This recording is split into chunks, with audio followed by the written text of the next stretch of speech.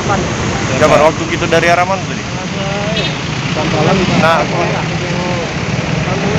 Talang Kelapa. tiba-tiba pecah ban.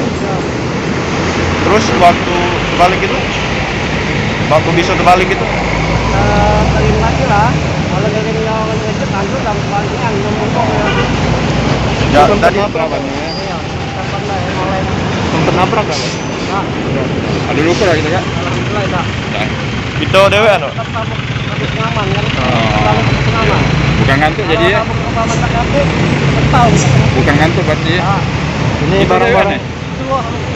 kamu kena Iya. barang-barang juga, barang bangunan Pak? Ya, bangunan. Nggak dibawa kemana itu Pak? Kayak tuh. Oh. Siapa nama lengkap itu Pak? Kemudian hilang keseimbangan, jatuh terbalik sendiri ke kanan di median jalan. Untuk korban manusia tidak ada, cuma material, barang-barang dan tanaman milik dinas tata kota. Ini Saja. kejadian jam berapa tuh? Jadi lebih kurang dari 10. Itu sempat terbalik itu Karena ban belakang kiri nabrak. Menabrak apa, Pak? nabrak trotoar ya?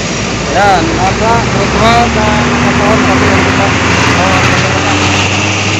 pohon taman jalan.